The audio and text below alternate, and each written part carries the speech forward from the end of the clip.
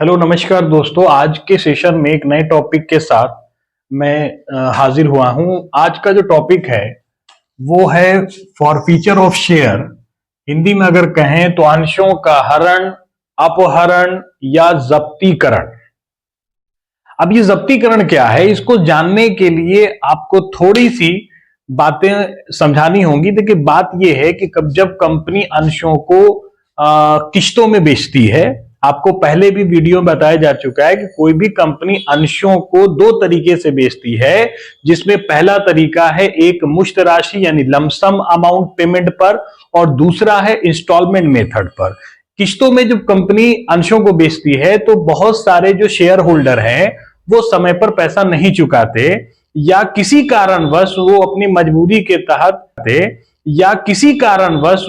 मजबूरी के तहत या उनका मन बदल जाता है कि अब कंपनी में मुझे पैसे इन्वेस्ट नहीं करते, तो कंपनी के बार बार रिमाइंडर के बाद भी कुछ शेयर होल्डर जब पैसा नहीं देते तो ऐसे जो दोषी शेयर होल्डर हैं उनके अंशों को कंपनी रद्द कर देती है और उनके अंशों को जब्त कर लेती है। तो अब होता क्या है, अब इसको समझेंगे कि होता यह है कि सपोज कर लीजिए कि मिस्टर एक्स लिमिटेड है जिसने 1000 शेयर खरीदा है।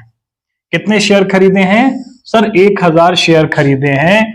इसे पैसे एप्लीकेशन पर 2 रुपए, अलाउटमेंट पर 3 रुपए, फर्स्ट कॉल पे 2 रुपए और फाइनल कॉल पे 3 रुपए देने थे। यानी एक शेयर का दाम 10 रुपया है, तो उस हिसाब से टोटल 10 रुपए कंपनी ने ये 4 किश्तों में पैसे मांगे। अब हुआ क्या, तो एक्स लिमिटेड जो 1000 शेयर कंपनी से खरीदा था, उससे जब पैसे मांगे गए तो उसने एप्लीकेशन का पैसा दे दिया। भाई सारे शेयर होल्डर ने दिया तो इसने भी दिया, है ना। एप्लीकेशन का पैसा देकर इसने शेयर को खरीदा। फिर कंपनी ने अलाउटमेंट का पैसा मांगा, तो जितने भी शेयर होल्डर थे सबने दिए, इन्होंने भी दिया।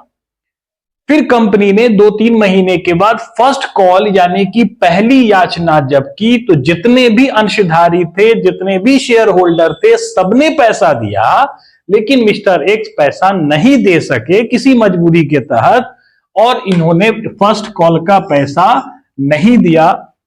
कंपनी ने लगातार रिमाइंडर किया। 3 बार रिमाइंडर जब कंपनी कर लेती है तो तीसरे बार के बाद चौथी बार में कंपनी ने कहा कि आपके लगातार पैसा न चुकाने पर आपको दोषी मानते हुए मैं आपको जो शेयर आवंटित किया था, कंपनी ने जब आपको शेयर आवंटित किया था, कितने शेयर आवंटित किए थे?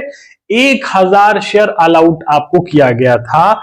आज वो अलाउटमेंट का जो शेयर है, जो अलाउटेड शेयर है, उसको आप अपने रजिस्टर से मैं काट रहा हूं, मतलब आपके आवंटन को रद्द कर रहा हूं। ठीक है, और इतना ही नहीं, आपके आवंटन तो रद्द होंगे ही, मतलब आपके शेयर तो छिनाएंगे ही, आपके शेयर तो जब्त होंगे ही, बल्कि आपने जो पैसा मुझे चुका दिया है पहले वाला कौन सा? तो एप्लीकेशन और अलाउटमेंट, यानी कि 2 रुपया एप्लीकेशन का और 3 रुपया अलाउटमेंट का, यानी 5 रुपया पर शेयर जो आपने चुकाया है, और टोटल शेयर आपने 1000 लिया था, तो 1000 गुने 5, यानी जो 5000 की राशि आपने जो चुकाई है, उस राशि को भी मैं जब्त कर लूंगा, वापस नहीं करूंगा। बात समझिएगा, कंपनी के किश्तों का भुगतान किसी शेयर होल्डर ने नहीं किया। ठीक है, तो उस केसेस में कंपनी बोलती है कि भैया आपको मैंने लगातार रिमाइंडर करते करते आपने जब पैसा नहीं दिया, तो आपको जो अलाउटमेंट जो शेयर किया था उसको मैं रद्द करता हूं, और आपके पूर्व के भुगतान को भी मैं छीन लूंगा, मैं जब्त कर लूंगा। इसे ही कहा जाता है फॉरफीचर ऑफ शेयर। आइए, एक डिफिनेशन लिखा हुआ है, इसको पढ़ लेते हैं। अंशों का हरण का आशय है कि धनराशि न चुकाने वाले अंशधारी जो धनराशि नहीं चुकाएंगे, उनका आवंटन रद्द कर दिया जाएगा। जैसे मैंने अभी बताया कि कंपनी ने मिस्टर एक्स ने 1000 शेयर ले रखा था, उसके पैसा न चुकाने पर कंपनी ने उसके आवंटन को, जो आवंटित शेयर था उसको रद्द कर दिया, मतलब रजिस्टर से उसका नाम काट दिया। अंतर नियमों के अधीन प्रावधानों के अनुसार पहले से ऐसे आवंटित अंशों पर जो राशि प्राप्त हुई थी उस राशि को भी कंपनी जब्त कर लेगी। याद रखिए, देखिएगा क्या कर लेगी कंपनी, जब्त कर लेगी। इसे ही हम लोग अंशों का जब्तीकरण कहते हैं। अब कहता है कि जब्तीकरण जब हो जाएगा, कंपनी ने फॉरफिट कर लिया शेयर को, फॉरफिटेड कर लिया, तो उसके इफेक्ट क्या होंगे, उसके कौन कौन से प्रभाव होंगे, 2-3 लाइन में हम लोग देखेंगे। पहला लिखा हुआ है कि अंधारी का नाम, जो शेयर होल्डर है, कंपनी क्या कर रही है कि जो शेयर होल्डर थे उनके नाम अपने रजिस्टर से काट देगी, मतलब रद्द कर दिया। ये डेफिनेशन में ही मैंने पढ़ा कि जो अलाउटेड शेयर थे उसको रद्द कर दिया। आपके रजिस्टर में जो आपका नाम था शेयर होल्डर के नाम से कि आप मेरी कंपनी के शेयर होल्डर है, मैं उसे रद्द करता हूं। दूसरा, जिन अंशधारियों के अंश जब्त कर लिए जाते हैं उनसे जो राशि अपने अंशों पर दे रखी होती है उस पैसे को भी जब्त कर लिया जाता है। यह भी बात मैंने आपको डेफिनेशन में बताई है।